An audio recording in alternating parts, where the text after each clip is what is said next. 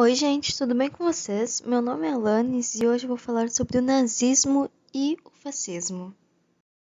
Então, com o fim da Primeira Guerra Mundial, isso entre 1914 e 1918, foi inaugurado uma política de tratados.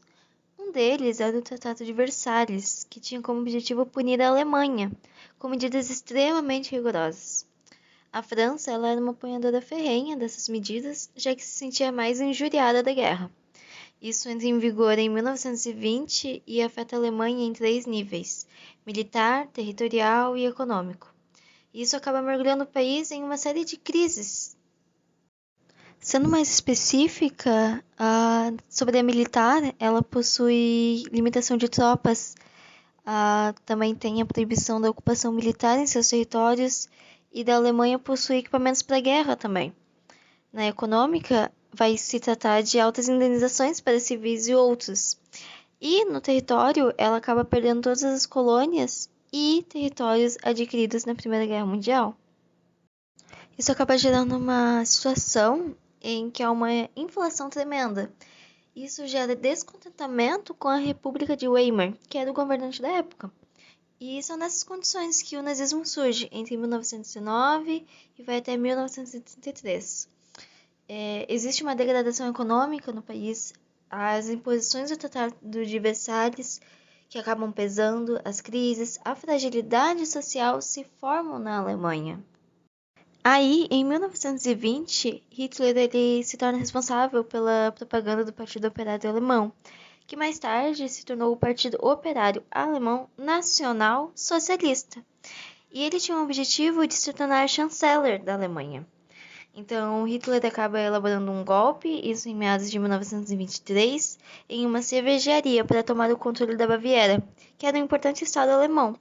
Esse golpe ele é falho e ele leva a uma prisão, também mal sucedida, já que a pena era de alguns anos e Hitler passa meros meses. Nesse tempo, ele se dedica a fortalecer a sua ideia, escrevendo seu livro Minha Luta. Pois apesar de uma grande parte dos alemães terem oposição a seus ideais, ele se torna agora uma figura conhecida. E o livro representa um trabalho realista de objetos irrealizáveis para os alemães.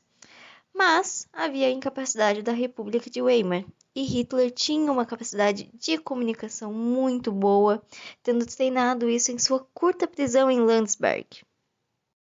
Seu discurso se voltava contra os socialistas, os sindicatos e os capitalistas, em razão dos salários baixos e alta do desemprego. Em 1932, acontecem as eleições livres, e é por meio dela que Hitler sobe ao poder. Veja bem, Weimar ele estava sujeito ao financiamento estadunidense e ao Plano Dawes.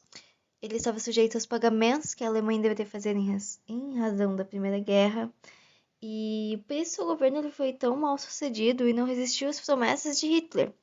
Como político, Weimar também fez promessas. No entanto, os alemães eles preferem acreditar em um novo líder, mesmo que custe a sua liberdade.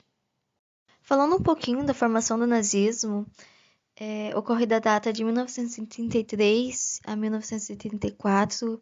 O Hitler ele elimina as fontes de contestação, que são partidos políticos, é claro, exceto o nazista.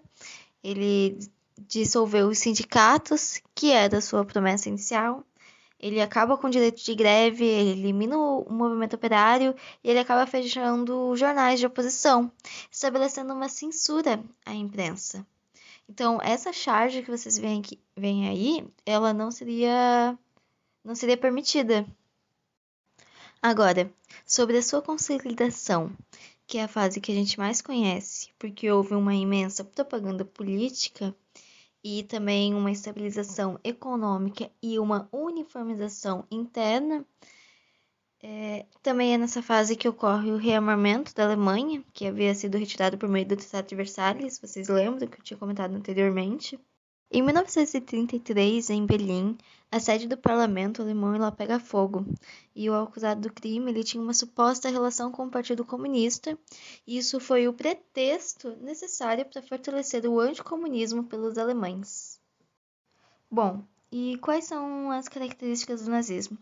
Eu separei 3. A primeira é o nacionalismo, então eles eram nacionalistas, em parte por causa do ressentimento contra estados estrangeiros, ou guerras perdidas, ou impérios insuficientes, e, em parte, porque agitar bandeiras nacionais era um caminho tanto para a legitimidade quanto para a popularidade do líder.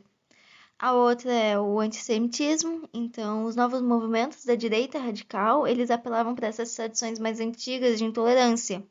Por exemplo, que judeus atacavam crianças cristãs. E, por fim, o totalitarismo, que seria o indivíduo, ele pertence ao Estado.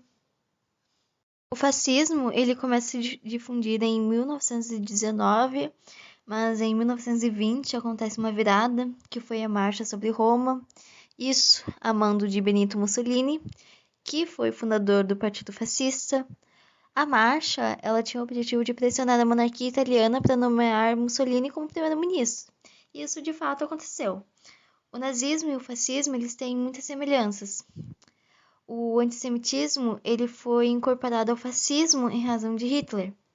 E outro fato interessante é que o próprio Adolf Hitler, ele reconhece sua dívida e seu respeito a Mussolini. Mesmo quando Mussolini e a Itália fascista, ela demonstra uma fraqueza e a incompetência na Segunda Guerra Mundial. Em troca, Mussolini recebe de Hitler, um tanto tardiamente, o antissemitismo, que esteve ausente do seu movimento antes de 1938.